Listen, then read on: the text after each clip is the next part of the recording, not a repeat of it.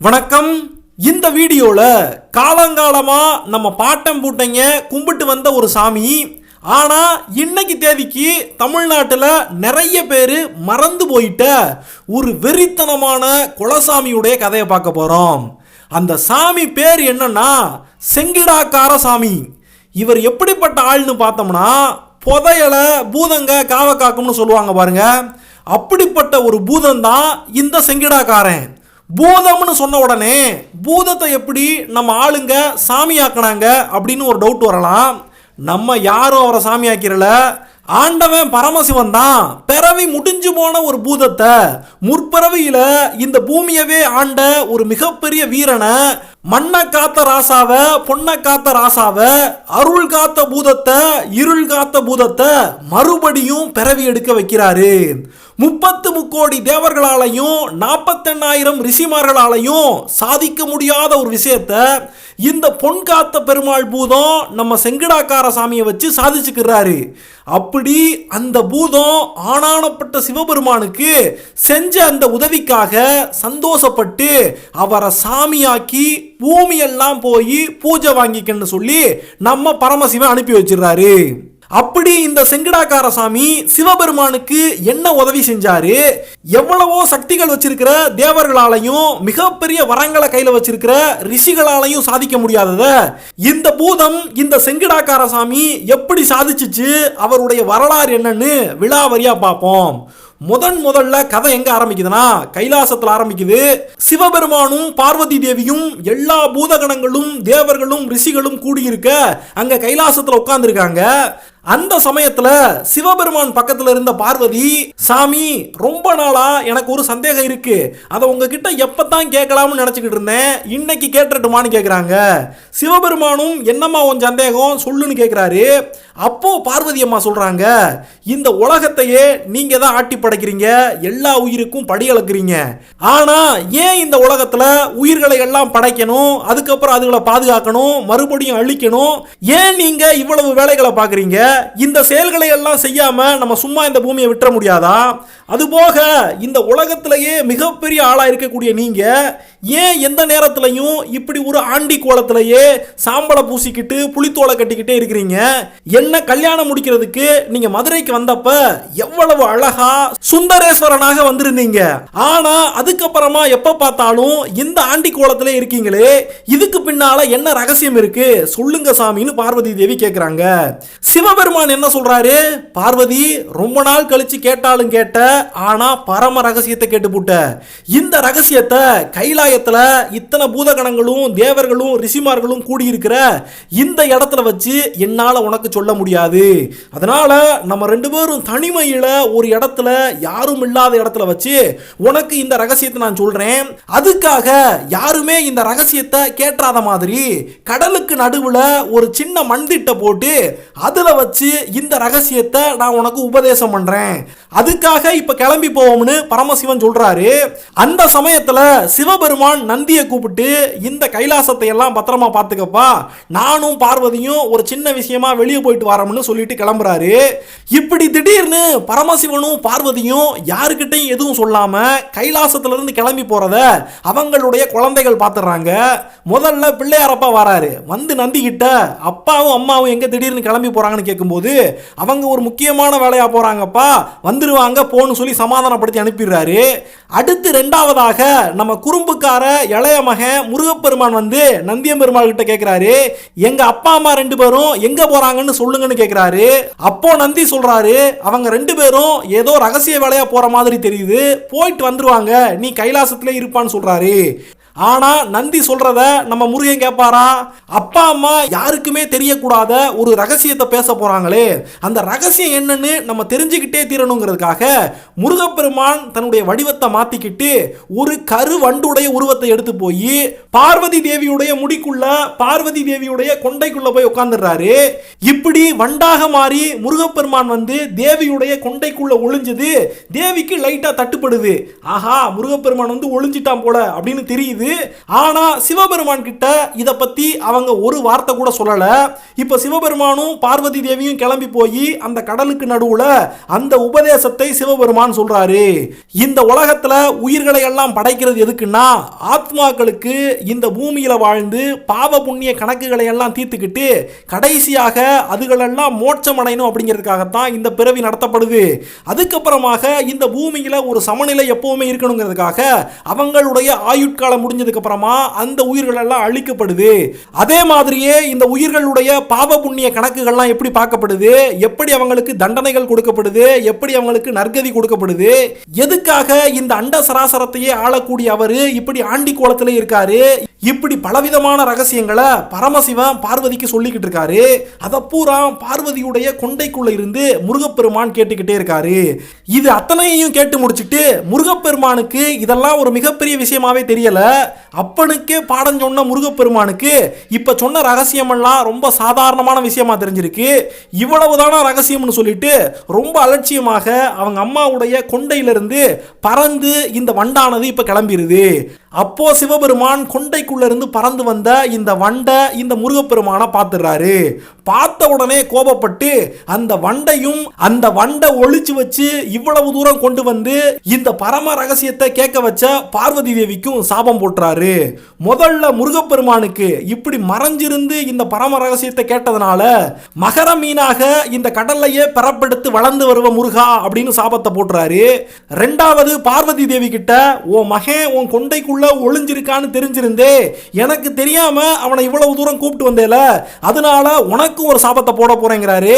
அப்போ பார்வதி தேவி சாமி இப்படி குழந்தை வந்து வண்டா மாறி என் கொண்டைக்குள்ள போனது எனக்கு தெரியாதுன்னு சொல்லி பார்க்கறாங்க. இருந்தாலும் சிவபெருமானால கணிக்க முடியாத, சிவபெருமானால கண்டுபிடிக்க முடியாத ஒரு விஷயம் இருக்கா, இது அத்தனையுமே அவருடைய ஒரு திருவிளையாடலுக்காகத்தான் அவர் அனுமதிச்சு இவ்வளவு தூரம் கொண்டு வந்தாரு. அதனால பார்வதி தேவியை தான் தெரிஞ்சிருந்து இப்படி முருகப்பெருமான கொண்டைக்குள்ள வச்சு கொண்டு வந்தாங்க அப்படின்னு தெரிஞ்சுக்கிட்டு உன்னோட மகனை மறைச்சு வச்சு இங்க கொண்டு வந்து சேர்த்ததால இந்த கடலரசனுக்கு மகளாக நீ பிறப்ப, இந்த சமுத்திரராஜனுக்கு மகளாக நீ போய் சேருவன்னு சொல்லி பார்வதி தேவிய ஒரு சின்ன குழந்தையா மாத்தி ஒரு பெட்டிக்குள்ள அடைச்சு கடலுக்குள்ள இறக்கிறாரு. இப்படி ஒரு சாபத்துக்கு ஆளானதுக்கு அப்புறமா பார்வதி தேவி ஆண்டவா இந்த சாபத்துல இருந்து எப்ப எங்களுக்கு விமோச்சனம் கிடைக்கும்னு சிவபெருமான் கிட்ட கேட்கிறாரு. அப்போ சிவபெருமான் சொல்றாரு, இப்போ குழந்தைய அவதாரம் எடுத்திருக்கிற உன்னை பல காலமாக ஒரு புத்திர பாக்கியம் வேணும்னு சொல்லிட்டு தவம் இருக்கக்கூடிய அதியரசன் அருணவள்ளி தம்பதியுடைய குழந்தையாக நீ வளர்ந்து வருவ. இப்படியாக உனக்கு 12 வயசு ஆகும் போது நம்முடைய மகன் இந்த முருகனும் மகர மீனாக இந்த கடலுக்குள்ளேயே வளர்ந்து வருவான். அந்த 12 வருஷம் முடியும் போது இந்த மீனானது கடல்ல மிகப்பெரிய அட்டூழியங்களை எல்லாம் பண்ணும். அப்போ இந்த மீனை பிடிச்சு வரவங்களுக்கு தன்னுடைய மகளையே இளவரசியவே கல்யாணம் பண்ணி வைக்கிறேன்னு இந்த அதியரசன் சொல்லுவான். அந்த சமயத்துல அட்டூழியம் பண்ணக்கூடிய நம்முடைய மகனை இந்த மகர மீனை நான் வந்து பிடிச்சு உன்னையும் கைப்பிடிச்சு மறுபடியும் கைலாசத்துக்கு கூட்டு போவேன்னு சொல்லி சிவபெருமான் வாக்கு கொடுத்துறாரு. இப்போ மகரமீனா முருகன் தண்ணியில நீந்திக்கிட்டு இருக்காரு. இந்தம்மா ஒரு குழந்தையா மாறி பெட்டிக்குள்ள வச்சு கடல்ல விடப்படுறா. இந்த பெட்டியில வந்த குழந்தைய ஆண்டவன் கொடுத்த வரம்னு நினைச்சு அதியரசன் அப்படிங்கிற ராஜா எடுத்து வளர்த்து வந்துகிட்டு இருக்காரு. அதுக்கப்புறமா காலங்கள் உருண்டோட ஆரம்பிக்குது. சிவபெருமான் இப்ப ஏற்கனவே பார்வதி தேவிக்கு வாக்கு கொடுத்த மாதிரி இப்போ பூமிக்கு போய் அவங்கள கல்யாணம் பண்ணி கூட்டு வரதுக்கான காலம் நெருங்கிருச்சு. சரி, இப்போ ஏற்கனவே பார்வதி தேவி ஒரு மானிட பிறவி எடுத்து ஒரு குழந்தையா மன்னங்கிட்ட வளர்ந்து இப்ப குமரியா சமஞ்சு நிக்கிறா. அதே சமயத்துல இப்ப பரமசிவனும் பார்வதி தேவிக்கு அந்த சாப விமோசனத்தை கொடுக்கறதுக்காக பூமிக்கு இறங்கி போக போறாரு. அப்படி போகும்போது தான் கூட தனக்கு துணைக்கு தன்னுடைய நந்தியையும் கூட்டிட்டு பூமிக்கு போறாரு. இப்படி கைலாசத்துல இருக்கக்கூடிய முக்கியமான ஆட்கள் எல்லாருமே பூமிக்கு பிரயாணப்பட போறதுனால இனிமேல் இவங்க இல்லாத காலத்துல யார் இந்த கைலாசத்தை காவல் காத்து நிக்க போறாங்க அப்படிங்கிற ஒரு டாபிக் வருது. அப்போ சிவபெருமான் என்ன செய்யறாரு, 30 முக்கோடி தேவர்களை கூப்பிட்டு உங்கள யாராவது நான் திரும்பி வர்ற வரைக்கும் இந்த கைலாசத்தை காவல் காத்து நிக்க முடியுமான்னு கேட்கிறாரு. அப்போ தேவர்கள் எல்லாம் கூடி பேசிட்டு என்ன சொல்றாங்கன்னா, சாமி நீங்க சொன்ன மாதிரியே நாங்க கைலாசத்தை காவல் காத்து நிக்கிறதுக்கு தயாரா இருக்கோம். ஆனா ஏதாவது ஒரு மிகப்பெரிய அரக்கன் உங்ககிட்டயோ இல்ல பிரம்மதேவர்கிட்டயோ வரம் வாங்கி வெயிட்டிங்ல இருப்பான். அவன் சரியான நேரம் பார்த்து இந்த கைலாசத்தை தாக்க வந்துட்டான்னு வச்சுக்கங்க. எப்பயுமே அரக்கர்கள் பொதுவா எங்க தேவலோகத்தை தாக்க வரும்போது அதையே எங்களால சமாளிக்க முடியாம நாங்க உங்ககிட்ட ஓடி வருவோம். நீங்க இல்லாத நேரத்தில் கைலாசத்தையே யாராவது அசைச்சு பார்த்துட்டான்னா எங்களால சத்தியமா அந்த மாதிரியான அரக்கர்களோட போர் பண்ணி ஜெயிக்க முடியாது. அதனால எங்களால கைலாசத்தை காவல் காக்க முடியும்னு எங்களுக்கு நம்பிக்கை இல்லை சாமின்னு சொல்லிடுறாங்க. சரி, இந்த தேவர்களால தான் முடியாதுன்னு சொல்லிட்டாங்க. ரிஷிமார்கள் எக்கச்சக்கமான வரங்களை கையில வச்சிருக்கிற ரிஷிமார்களை கூப்பிடுவோன்னு 48,000 ரிஷிமார்களை நம்ம சிவபெருமான் கூப்பிட்டு விடுறாரு. அவங்க எல்லாரும் வந்து என்ன சொல்றாங்கன்னா, சாமி எங்களுக்கு தெரிஞ்சதெல்லாம் மலங்காடுகள்லையும் குகைகள்லையும் இருந்து தவம் பண்றது, உங்களுக்கு பூஜை பண்றது, அவ்வளவுதான். யாராவது ஒரு அரக்கன் நீங்க இல்லாத சமயத்துல கைலாசத்துக்குள்ள வந்துட்டா நாங்க அவனுக்கு சாபத்தை தான் போட முடியுமே தவிர அவனோட நேருக்கு நேரா நின்று சண்டை போட்டு மல்லு கட்ட முடியாது. அதனால இந்த ஒரு பெரிய பொறுப்பை எங்களால ஏத்துக்க முடியும்னு தோணல சாமின்னு சொல்லிடுறாங்க. இப்போ தேவர்களாலையும் முடியாதுன்ட்டாங்க, ரிஷிகளாலையும் முடியாதுன்ட்டாங்க.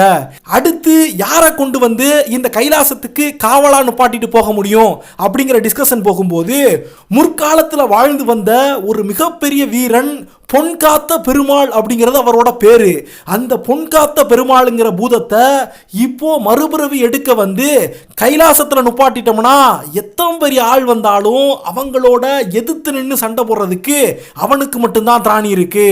எத்தனை பெரிய அரக்கனோ வீராதி வீரனோ சூராதி சூரனோ வந்து நின்னாலும் தன்னுடைய கையில ஒத்த பந்தத்தை கொளுத்தி வச்சுக்கிட்டு வரவன் பூராத்தையும் சுட்டு தள்ளக்கூடிய அந்த சக்தி இந்த பொன்காத்த பெருமாள் கிட்ட தான் இருக்கு. அவனை மீறி எவ்வளவு பெரிய சக்தி வந்தாலும் இந்த கைலாச மலையை ஒன்றும் பண்ணிட முடியாது.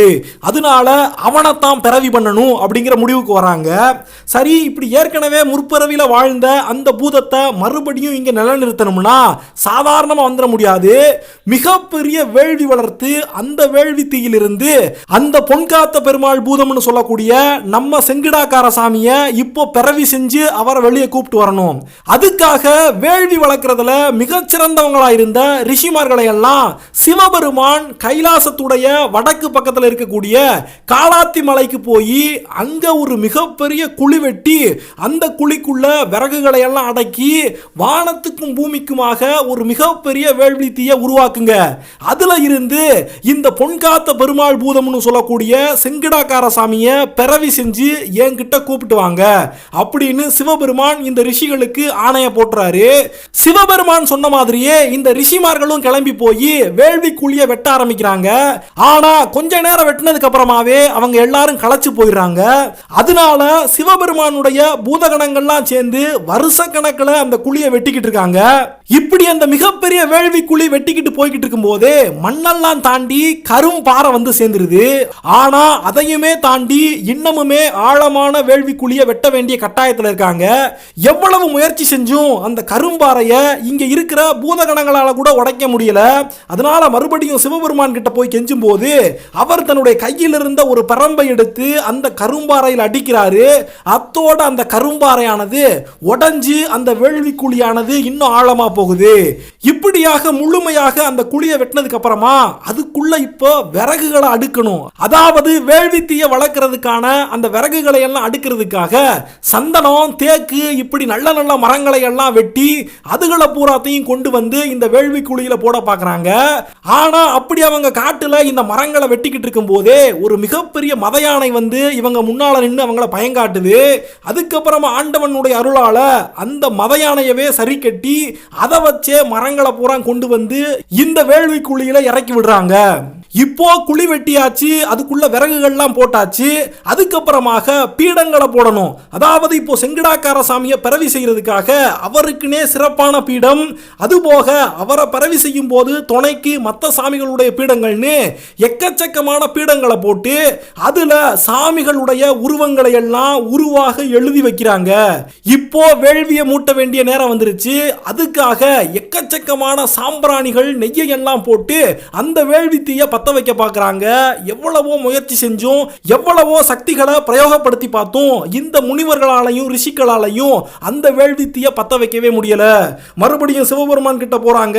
சிவபெருமான் தன்னுடைய நெற்றி கண்ணிலிருந்து அவருடைய கோபாக்னி அனுப்பி இந்த வேள்வி தீய எரிய வைக்கிறாரு. அதுக்கப்புறமாக இந்த ரிஷிமார்கள்லாம் சேர்ந்து எக்கச்சக்கமான மந்திரங்களை எல்லாம் உச்சரித்து அந்த வேள்வி தீயிலேயே செங்கிடாக்கார சாமியை பிறவி செய்ய ஆரம்பிக்கிறாங்க.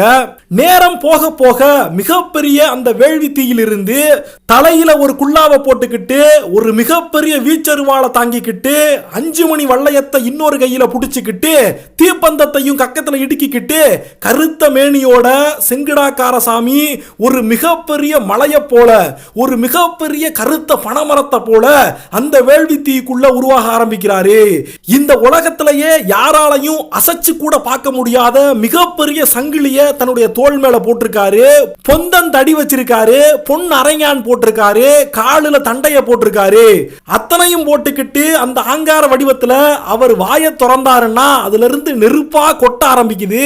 அந்த மிகப்பெரிய வேள்வி தீயில ஒரு மிகப்பெரிய பூதமாக அவர் உருவாகிற அந்த தோற்றத்தை பார்த்தே இங்க நின்னுக்கிட்டு இருக்கிற தேவர்கள் ரிஷிகள் எல்லாம் பயந்து ஓட ஆரம்பிக்கிறாங்க. ஆனா இப்படி ஒரு பூதத்தை இந்த செங்கிடாக்கார சாமியை பிறவி செய்யணும்னு வந்துபுட்டு அதை பாதியிலே விட்டுட்டு ஓடுற இந்த முனிவர்களையும் ரிஷிகளையும் பார்த்து செங்கிடாக்கார சாமி இன்னமுமே கோபப்பட ஆரம்பிக்கிறாரு. அதனால அங்க இருக்கக்கூடிய அக்னியை எல்லாம் பந்து மாதிரி திரட்டி இந்த ரிஷிகள் மேல எரிய ஆரம்பிக்கிறாரு. இப்படி இந்த செங்கிடாக்கார சாமி அந்த வேள்வி தீயில உருவாகிற அதே நேரத்தில் அவருக்கு பக்கத்திலேயே கபால காளியம்மான்னு சொல்லக்கூடிய அவருடைய தாயாராக ஒரு தெய்வமானது பெறப்படுத்தி வருது. இந்த 2 ஆக்ரோஷமான பிறவிகளையும் அவங்களுடைய செய்கைகளையும் பார்த்துக்கிட்டு இந்த முனிவர்களும் தேவர்களும் ஓடி வந்து கைலாசத்துடைய கதவுகளை பூரா அடைங்கன்னு கூப்பாடு போடுறாங்க. அவங்களோட பேச்சை கேட்டு நந்தியம்பெருமாளும் கைலாசத்துடைய கதவுகளை அடைக்கிறாரு. ஒரு பக்க கதவு மட்டும் இல்லாம கைலாசத்துக்கு 4 திசையிலையும் 4 கதவுகள் இருந்துச்சுன்னு சொல்லப்படுது. அப்படி கைலாச கோட்டையை சுத்தி இருக்கிற அந்த 4 கதவுகளையும் அடைச்சாச்சு. ஏன் அடைக்கிறாங்க? அந்த மிகப்பெரிய தீயை கக்கக்கூடிய பூதமானது ஒருவேளை கைலாசத்துக்குள்ள வந்து சேர்ந்துட்டா இவங்களை பூரா அழிச்சு புடுமுன்னு பயந்துகிட்டு அப்படி செய்யறாங்க. அதே நேரத்தில் வேள்வி தீயிலிருந்து பிறந்து வந்த இந்த செங்கிடாக்கார சாமி யாருமே இப்ப இல்லையேன்னு அவரே வேள்வி தீயிலிருந்து வெளியே குதிச்சுக்கிட்டு தன்னுடைய தாயாரான கபால காளியையும் கூட கூப்பிட்டுக்கிட்டு கைலாசத்தை நோக்கி இப்படி முனிவர்கள் எல்லாம் ஓடி போன அந்த பாத தடங்களை பார்த்து வந்து சேர்ந்துறாரு. வந்து சேர்ந்துட்டு கைலாசத்துடைய கதவுகளை தட்டுறாரு. என்ன உள்ள விடுங்கன்னு கேட்டு பார்க்கறாரு. ஆனா எவ்வளவோ தடவை அவர் தட்டி பார்த்தும் எல்லா திசைகளையும் போய் எல்லா கதவுகளையும் தட்டி பார்த்ததுக்கு அப்புறமாவும் இந்த தேவர்களும் முனிவர்களும் உள்ள இருந்துகிட்டே செங்கிடாக்கார சாமிய அருவருப்பான வார்த்தைகளை எல்லாம் சொல்லி திட்டுறாங்களே தவிர இந்த கைலாசத்துடைய கோட்டை கதவுகளை அவங்க திறக்கல. அவங்களுக்கு ஒண்ணு மட்டும் நல்லா தெரியும், இந்த கைலாசத்துடைய கோட்டையை தாண்டி யாராலையும் கதவுகள் திறக்காம வந்து சேர வாய்ப்பே கிடையாது. அது எவ்வளவு வரம் வாங்கி இருந்த தேவர்களா இருந்தாலும் சரி, ஏன் மகாவிஷ்ணுவா இருந்தாலும் சரி, பிரம்மதேவரா இருந்தாலும் சரி, யாராலையும் இந்த கைலாசத்துடைய கோட்டையை ஒன்னும் செய்ய முடியாது, உள்ள வந்து சேர முடியாது அப்படிங்கிற தைரியத்துல வெளியே செங்கிடாக்கார சாமியை வச்சுக்கிட்டு அவங்க எல்லாம் திட்டுறாங்க, விரட்டுறாங்களே தவிர கதவுகளை திறக்க மாட்டாங்க. அதனால எவ்வளவோ நேரம் முயற்சி பண்ணி நம்மளை இப்படி பிறவி செஞ்சு இப்படி நம்மளை வெளியே நிப்பாட்டிட்டாங்களே அப்படிங்கிற சோகத்திலையும் கோபத்திலையும் செங்கிடாக்கார சாமி ஒரு மிகப்பெரிய ஆக்ரோஷமான உருவத்தை எடுத்து, ஆண்டவனே சிவபெருமானே என்ன மன்னிச்சிருப்பா, உன்னால் தான் நான் பிறவி செய்யப்பட்டேன், ஆனா ஒன்ன பார்க்கறதுக்கே இந்த தேவர்களும் முனிவர்களும் நந்தியம்பெருமாளும் எல்லாரும் சேர்ந்துக்கிட்டு என்ன உள்ள விட மாட்டாங்க. என்னுடைய உருவத்தை பார்த்துட்டு நான் உள்ள வந்தா இன்னும் பல முரண்டுகளை பண்ணுவேன்னு நினைச்சுக்கிட்டு என்ன விட மாட்டாங்க. அதனால எனக்கு வேற வழி இல்ல. என்னுடைய திறத்தை என்னுடைய திராணியை நான் காட்டுறதுக்காக இந்த கைலாச மலைய மகாவிஷ்ணுவால பிரம்மதேவனால தாண்ட முடியாத இந்த மிகப்பெரிய கைலாசத்துடைய கோட்டைய நான் இப்போ தாண்ட போறனப்பா, ஒத்த எட்டுல உள்ள வர போறனப்பான்னு வேண்டிக்கிட்டு தன்னுடைய மிகப்பெரிய அந்த ஆக்ரோஷமான உயரமான உருவத்தை எடுத்துக்கிட்டு கைலாசத்துடைய கோட்டையவே தாண்டி உள்ள வந்து நின்றாரு செங்கிடாக்காரன். இப்படி செங்கிடாக்காரன் உள்ள வந்ததுக்கு அப்புறமா மறுபடியும் தேவர்கள் முனிவர்கள் எல்லாருமே அடிச்சு புடிச்சு ஓடி சிவபெருமானுடைய பாதங்களை பிடிக்கிறாங்க. இப்படி செங்கிடாக்காரன் மிகப்பெரிய பூதமா வந்திருக்கான், ஏகப்பட்ட அட்டூழியங்களை பண்ணுவான் போல, அக்னியா கக்குறான், எங்க மேல அக்னியை அள்ளி எறிகிறான். அதனால இப்ப மறுபடியும் யாருமே தாண்ட முடியாத இந்த கோட்டையுமே தாண்டி வந்துட்டான்.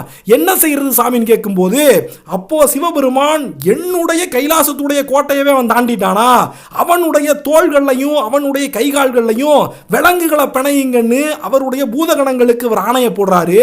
ஏகப்பட்ட பூதகணங்கள்லாம் சேர்ந்து அவருடைய உடம்புல அத்தனையுமாக விலங்குகளால கட்டி வச்சிடறாங்க. மறுபடியும் செங்கடாக்கார சாமி, ஈஸ்வரனே என்ன மன்னிச்சிரு சாமி, என்னுடைய திறத்தை நான் இங்க காட்ட வேண்டிய கட்டாயத்தில் இருக்கிறதுனால இந்த விலங்குகளை பூரா பிச்செறிகிறேன்னு படுக்க போட்டு கட்டப்பட்டிருந்த அவரு ஒரே நிமிஷத்துல எந்திரிச்சு நின்று அத்தனை விலங்குகளையும் பிச்செறிஞ்சிட்டாரு. இதையெல்லாம் பார்த்த சிவபெருமான், ஆஹா, கைலாசத்தை காவ காக்கிறதுக்கு நமக்கு ஒரு சரியான ஆள் கிடைச்சிட்டான், யாராலையும் தாண்ட முடியாத இந்த கோட்டையையும் தாண்டினா விலங்குகளையும் உடைச்செறிஞ்சான், உனக்கு இன்னும் ஒரே ஒரு சோதனை வைக்கிறேன் மகனே, அதை மட்டும் நீ செஞ்சு முடிச்சிட்டேன்னா உனக்கு எக்கச்சக்கமான வரங்களை கொடுப்பேன்னு சிவபெருமான் சொல்றாரு. என்ன சொல்றாருன்னா, அக்னி தூண்களை தழுவி வாப்பா செங்கடாக்காரான்னு சொல்றாரு. அக்னி தூண் கொதிக்கக்கூடிய மிகப்பெரிய அக்னி ஸ்தம்பங்களை தூக்கிட்டு வான்னு சொல்லும் போது அதை ரொம்ப சாதாரணமாக அப்படியே உங்களுடைய அருளால செஞ்சு காட்டுறேன் சாமின்னு சொல்லிக்கிட்டு தன்னுடைய தாய் கபால காளியையும் அவளுடைய கையில மண்ட ஓட்ட தாங்கிக்கிட்டு கூடையே கூட்டிக்கிட்டு இப்போ செங்கிடாக்கார சாமி போய் மிகப்பெரிய அக்னி தூண் ஒன்றை பிடிச்சி அவருடைய முதுகலையே வச்சு அதை கட்டிக்கிட்டு ஆக்ரோஷமாக தன்னுடைய வாயிலிருந்தும் தன்னுடைய உடம்புல இருந்தும் அக்னியானது கொப்புளிக்க கைலாசத்துக்குள்ள வந்து அந்த அக்னி தூணை சிவபெருமான் முன்னால காட்டிட்டு அதை தழுவி அதை கடலை நோக்கி எரிகிறாரு. அந்த அக்னி தூண் விழுந்த இடத்துல கடலானது சுத்தமாக வத்தியே போச்சுன்னு சொல்லப்படுது. இத்தம் பெரிய சாகசத்தை பார்த்ததுக்கு அப்புறமா சிவபெருமான் தான் பூமிக்கு போயிட்டு வர வரைக்கும் இந்த கைலாசத்தை நீயே காவ காத்திருப்பான்னு இந்த செங்கடாக்கார சாமி கிட்ட சொல்லிட்டு அவர் பூமிக்கு போறாரு. பூமிக்கு போகும்போது அவர் ஒரு ஆண்டி போலவும் அவருக்கு துணைக்கு வரக்கூடிய நந்தியம்பெருமாள் ஒரு சித்தாண்டி போலவும் உருவெடுத்து கொண்டு போய் இந்த அதியரச மன்னனுடைய பூமிக்கு போய் அங்கே கடல்ல அட்டூழியம் பண்ணிக்கிட்டு இருக்கிற மகர மீனான முருகப்பெருமானையும் பிடிச்சு தன்னுடைய மனைவியான பார்வதி அந்த 12 வயசா இருக்கக்கூடிய குமரியையும் மணந்துகிட்டு மறுபடியும் கைலாசத்துக்கே வந்து சேர்றாரு சிவபெருமான். இது வரைக்கும் இந்த திருவிளையாடல் முடிகிற வரைக்கும் கைலாசத்தை கட்டுக்கோப்பாக கணக்கெழுதி எல்லாத்தையும் துல்லியமாக பார்த்து வச்சிருக்காரு நம்ம செங்கடாக்கார சாமி. அதனால உனக்கு வேண்டுற வரங்களை பூரா கேளுமப்பா நான் தாரேன்னு சிவபெருமான் சொல்ல போக அப்போ செங்கடாக்கார சாமி கேட்கிறாரு, சாமி எனக்கு வேணுங்கிறதெல்லாம் நான் பூமிக்கு போய் பூஜைகளை வாங்கணும், இந்த மக்க மனுஷரெல்லாம் எனக்கு கொடவிழா எடுத்து கும்பிடணும், கொள்ளும் வரோம் வெள்ளும் வரோம் கொடுக்கும் வரோம் எடுக்கும் வரோம் அத்தனை வரங்களும் எனக்கு சித்திப்படணும், இதையெல்லாம் நீ கொடுத்தனுப்பு சாமின்னு வேண்டி விரும்பி கேட்கிறாரு. அப்போ சிவபெருமான் சொல்றாரு, இந்த வானம் இருக்கிற வரைக்கும் இந்த பூமி இருக்கிற வரைக்கும் எத்தனை யுகங்கள் மாறி போய் வந்தாலும் சரி உனக்கு நீ கேட்ட அத்தனை வரங்களும் சித்திப்படுமப்பா, சந்தோஷமா கிளம்பி போய் பூமியில சாமியா நின்று வர வாங்கு, உன்னை நம்பி வரவங்களை பூரா காத்து குடியான்னு சொல்லி செங்கிடாக்கார சாமிய பூமிக்கு அனுப்புறாரு சிவபெருமான். அத்தோட மட்டும் இல்லாம செங்கிடாக்கார சாமிக்கு சில முக்கியமான பொறுப்புகளையும் கொடுக்கிறாரு. எந்தெந்த இடங்கள்ல எல்லாம் மிகப்பெரிய சாம்ராஜ்யங்கள் மிகப்பெரிய ராஜ்யங்கள் நடந்து அதுல இருக்கக்கூடிய மன்னன்மார்லாம் இறந்து போறாங்களோ அவங்களுடைய கருவூலங்கள் அவங்களுடைய புதஞ்சு போன சொத்துக்கள் அந்த புதையல்கள் எல்லாத்தையுமே காவ காக்கக்கூடிய அந்த மிகப்பெரிய பொறுப்பையும் உனக்கே கொடுக்கிறேன்னு சிவபெருமான் சொல்றாரு. இப்படி எல்லா வரங்களையும் வாங்கிக்கிட்டு பூமியில முதல்ல காஞ்சிபுரத்துக்கு வந்து சேர்றாரு இந்த செங்கடா சாமி. காஞ்சிபுரத்துல முற்காலத்துல வாழ்ந்து அழிந்து போன 5 முடி மன்னவர்கள் ஆண்டு வந்த அந்த கோட்டைக்கு போறாரு. அவங்களுடைய புதஞ்சு போன கருவூலத்தை எல்லாம் கணக்கு எழுதி அதை தன்னுடைய கட்டுப்பாட்டுக்குள்ள கொண்டு வராரு. அதுக்கப்புறமா காஞ்சிபுரத்தை தாண்டி வந்து தென் தமிழ்நாட்டுல உலகுடைய மன்னவன் மதுரை ஆண்ட மன்னவனுடைய கோட்டைக்கு வந்து அங்க இருக்கக்கூடிய கருவூலத்தை எல்லாம் தன்னுடைய கணக்குல எழுதுறாரு. அதுக்கப்புறமாக 3 முகம் கொண்ட முத்தாரம்மன் கோயிலுக்கு வராரு. அங்க போருல மாண்டு போன அரசனுடைய கருவூலத்தை பூரா கணக்கெழுதி பகவதி அம்மன் கோவில் வந்து தவிட்டுத்துறை அரிசித்துறை சங்கிலித்துறை இந்த எல்லா இடங்களிலும் தீர்த்தமாடி கடைசியாக கன்னியாகுமரியில முட்டப்பதியில கோணாண்டி ராசா கொந்தளப்பு ராசா இவங்க ஆண்டு வந்த இடத்துல அந்த 2 நாடுகளுமே அழிஞ்சதுக்கு அப்புறமா அங்கே புதஞ்சு போயிருக்கிற கருவூலங்களை எல்லாம் கணக்கெழுதி வச்சு சிறப்பாக ஆண்டு மடிஞ்சு போன வெங்கடராசாவுடைய கோட்டைக்கு போய் அங்கேயும் தன்னுடைய கருவூல கணக்குகளை எழுதி இந்த எல்லா இடத்துலையும் புதையலை காக்கக்கூடிய ஒரு சாமியாக நிலைய வாங்கிக்கிட்டு இந்த சப்பானி பூதமாக, தடிக்கார பூதமாக, இந்த பொன்காக்கும் பெருமாளாக செங்கிடாக்கார சாமி தென் தமிழ்நாடு முழுவதும் பரவி நின்னாரு. ஆனா காஞ்சிபுரம் வரைக்குமே ஒரு நிலைய வாங்கியிருக்காரு. தமிழ்நாடு முழுக்கவே இவர் ஒரு காலத்துல செம்மையா கும்பிடப்பட்டிருக்காரு. ஆனா காலப்போக்கில் இவர் ஒரு தென் மாவட்ட சாமியாக, அதுலயும் குறிப்பா திருநெல்வேலி, தூத்துக்குடி, கன்னியாகுமரி இந்த பகுதிகளில் மட்டும் கும்பிடப்படக்கூடிய ஒரு குலசாமியா இப்போ நம்ம பார்த்துக்கிட்டு இருக்கோம். இதுதான் செங்கிடாக்கார சாமியுடைய கதை. இந்த வீடியோ உங்களுக்கு பிடிச்சிருந்துச்சுன்னா ஒரு லைக் கொடுங்க. இந்த வீடியோ எப்படி இருந்துச்சுன்னு கமெண்ட்ஸ்ல சொல்லுங்க. இதே மாதிரியான ஆன்மீக தகவல்களை நீங்க தெரிஞ்சுக்கிறதுக்கு இந்த சேனலை சப்ஸ்கிரைப் பண்ணி பெல் ஐகானை கிளிக் பண்ணி ஆல் அப்படிங்கிற ஆப்ஷனை தொட்டு வச்சுக்கோங்க. உங்களுக்கு பிடிச்ச கோவில்கள், உங்களுக்கு பிடிச்ச சாமிகளை பத்தி வீடியோக்கள் போறதுக்கு இந்த வீடியோடைய கமெண்ட்ஸ்லயே சொல்லுங்க. நன்றி, வணக்கம்.